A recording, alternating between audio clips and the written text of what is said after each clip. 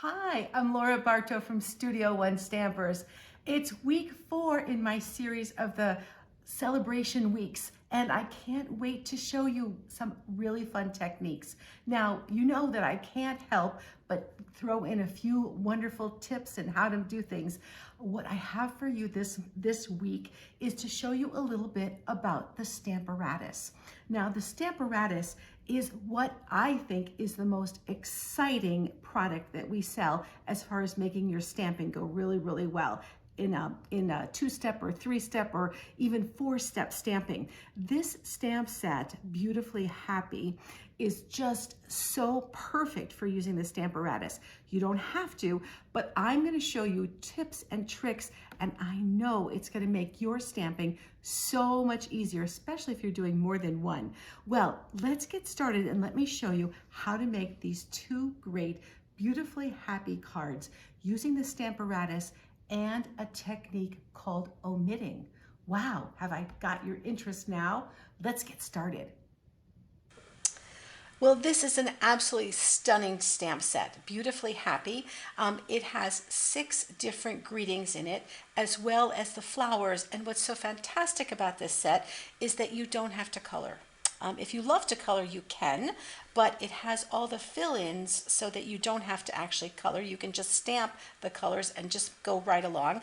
And the stamps have the variegated look, so it's lighter and darker, built right into the stamp set, so that you don't have to worry about it looking flat. It has more of a 3D look. So just a lot of beautiful artistry put right into this particular stamp set. And I want to show you a couple of really easy ways to get even more value out of your stamp set. Now, I want to show you this particular card, and you can see I've put the vertical stamp here. That's what we have there. And then I've turned the stamp to the side. You can see I've used the stamp, actually this way, I should say. So you can see that I've used the stamp that way, but can you see there's a little stem right there? Well, what I've done is I've come up with a technique to actually omit that stem. So you can see how on this piece the stem is not there and it looks like it's a completely different stamp. So it's making the project just look so much more interesting by having a completely different stamp in that location. So let me show you how I use the Stamp-A-Ratus to achieve that look. All right, so here's the Stamp-A-Ratus, and some people are afraid of it. I just think it's the best tool in the world. And let me just walk you through what we have. We've got 2 plates, so they swivel, and they come out this way, and they turn only in the upward position so that you can position something on either side of the plate and it has the exact location that you need. So I've done that. So I've got actually 4 different stamps that I'm going to stamp onto this piece and fill in all the colors. So let's start by doing our piece that has the piece up here in the top is going to be on here. It's going to be right across this portion of the card, actually this way, sorry. And I want to start with that piece. I've set this up with a 1-inch guide at the top, and I'm using the side here as my positioning. So you can see I don't have any ink on there, but that's where the position that I want this stamp to go in. So we're going to just not ink up that section. So let me just go ahead and make sure that this is all set up. I also have my my silicone craft mat under here, and I have that under there because it's, first of all, it's a good cushion, and second of all, when I stamp here and some of the ink gets on there, I can just wipe it right off and I haven't messed anything up. So all right, so we're going to start by doing this. I'm going to take my black Memento ink pad, well loved as you can see, and I'm going to ink up all around here, and kind of just making sure I don't ink up that area where that stem is. But if you look really closely, you can see that there's parts of this that I was not able to ink. So I wasn't able to ink this little area there. So I'm just going to color that in with the marker. So I've finished my leaf, and the edge of this leaf, I'm just going to color that in with my marker as well, and just kind of adding that in. So by adding this in, I have created a unique stamp. So let's go ahead and stamp that in our location here. So there we are. I've inked that all up. And the nice thing is, I think there's an area there maybe that I didn't ink quite as strongly as I would have liked.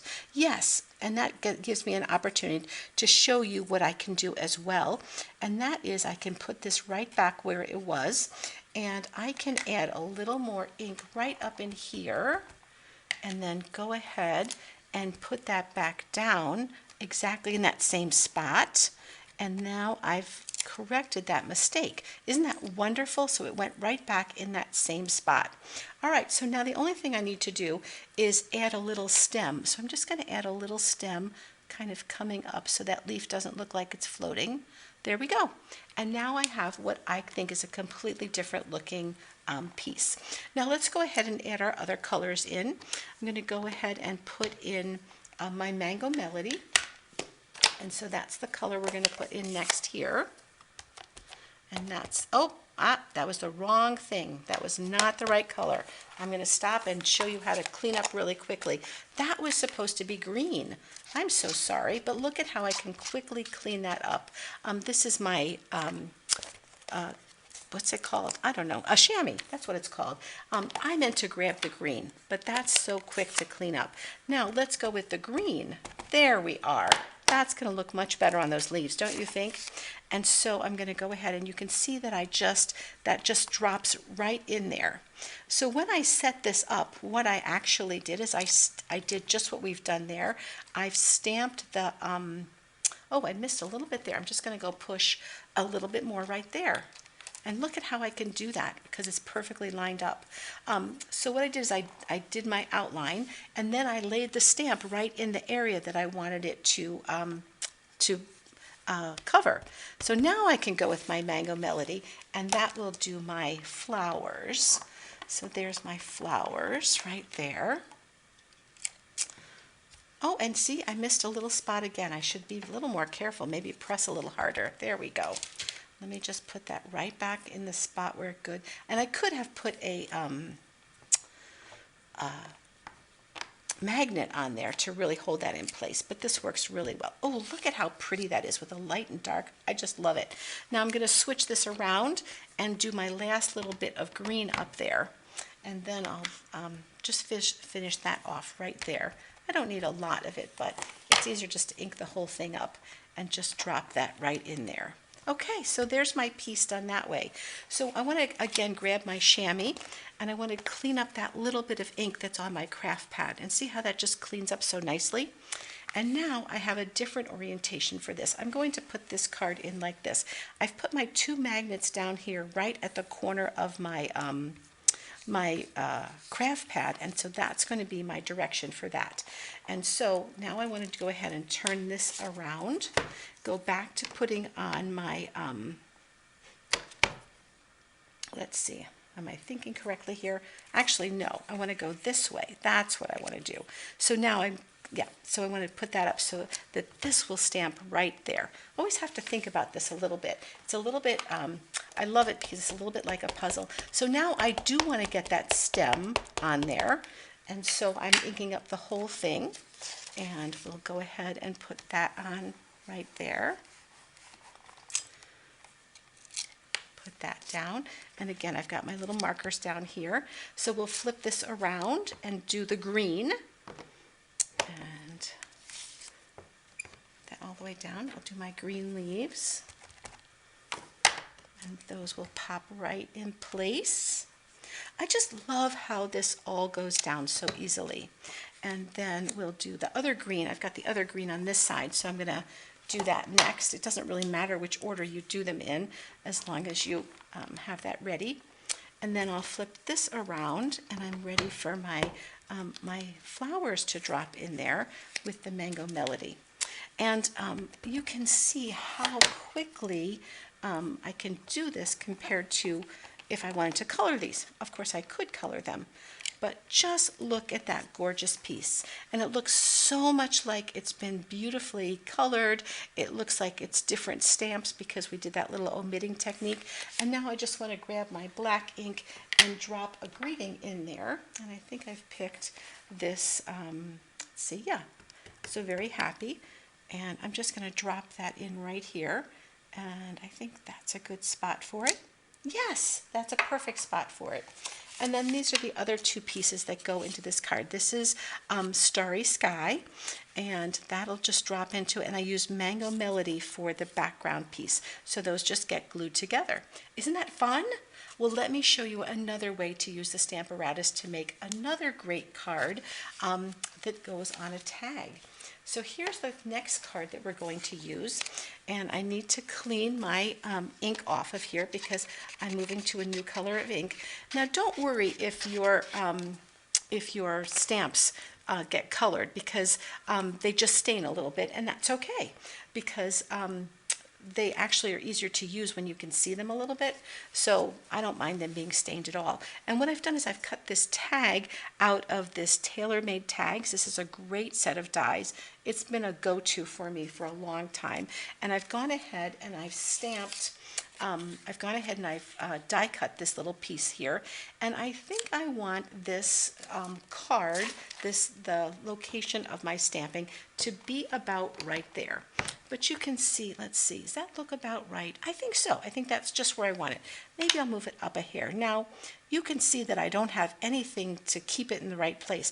So I'm going to go ahead and grab one of my magnets and just put that in the corner, because I know I won't be stamping there. And I could even grab another one for this corner up here just to be sure that it doesn't move. And I think I'll do that. So let's go ahead and ink up our black again. And put that over top. There you go. And push down on that nicely. And good. And see how my tag stayed right in place there. Flip this around and put the green on.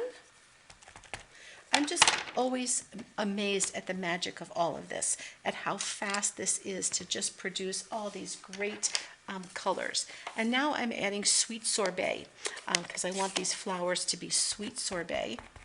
Put that on and swing this over. And then we'll add, the last bit is going to be our green again. Just go ahead and put and this is Granny Apple. And just add that on, and that's going to drop right into those pieces. And wasn't that super fast? And look at that adorable tag we got with almost no work. All right, so now let me go ahead and get the Stamp-A-Ratus put away. Remember, when you're closing your Stamp-A-Ratus, you can only close one piece over. The other one has to stay free, because otherwise it gets stuck. So you always want to take it out. And when I store them, I'm going to be using this again. I like to put a piece of paper in between so the stamps don't stick together. So that's how I like to store my Stamp-A-Ratus between when I'm doing projects. If I want to keep the same stamps. Obviously I should have cleaned them as well, but you get the idea. So let's pull our card pieces in here for this particular project. And I did want to mention too that what I did put on the side here are my paper pierce mats. I like to have them underneath the edges of my Stamp-A-Ratus so that I have something flat to put my ink up against. So that's a really good thing to do as well. Well, here are my little pieces. I've also die cut a tag from let's see, I think it's Blushing Bride, yes. And I've brought in this color combination. I thought it was really interesting when these two colors come together. It's a burlap look and a red, which works perfectly for this card. So to do my little tag, I'm just going to stick the end of my burlap through both of these. So both of them at one time. And just pull the ends through.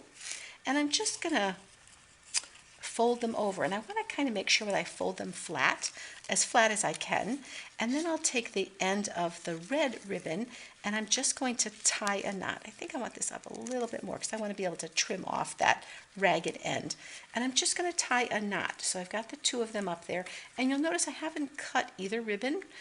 Both ribbons are still attached to my my spool, and that makes it so that I could actually be very efficient in my ribbon, and it also gives me all of this to hold on to when I'm tying my knot. So I'm just doing a square knot, right over left and left over right. Makes your knot sturdy and tight. Good old Girl Scout saying there. And so I've got that piece there. Then I can cut the angle on this one, and by holding on to it I can get that nice angle. I think another nice angle on this one. cut this ratty piece off. I love my snips. These paper snips are just so fantastic for cutting everything. Isn't that just adorable? And look, I've got my 2 layers there, so I'm ready to put that right onto my card. I've got a little bit of our Valentine paper. I kind of forgot what that's called, sweet something or another. Anyway, I'm going to put a piece of that at the bottom. It was so hard to decide which side to use, but this stripe was just adorable. And I'm going to use a couple of dimensionals. Because I've got this height in the back, I'm going to, oh, bless you, I'm going to put a little bit of dimensionals on the back. And when I do this, I like to put them on both pieces, so that will secure both pieces right where I need them, as opposed to just the upper one or the lower one. So I think I've got maybe 4 on here, but assorted between the 2 different layers. And that way I can just pop that right on here. I think I want the flower to be more vertical, so I think I want the other tag to have a little bit more of an angle to it. And I think that looks great.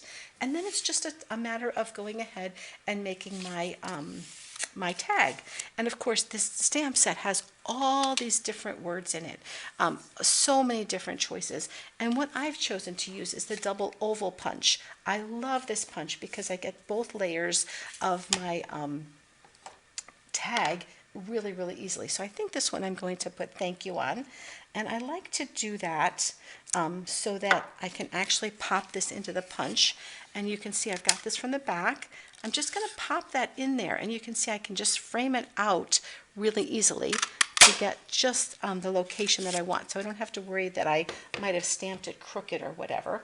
And then here I've got a piece of the sweet sorbet, and I'm just going to put that in from the top, and then so I've got my other layer there. And if I glue these together, I get that gorgeous layered look.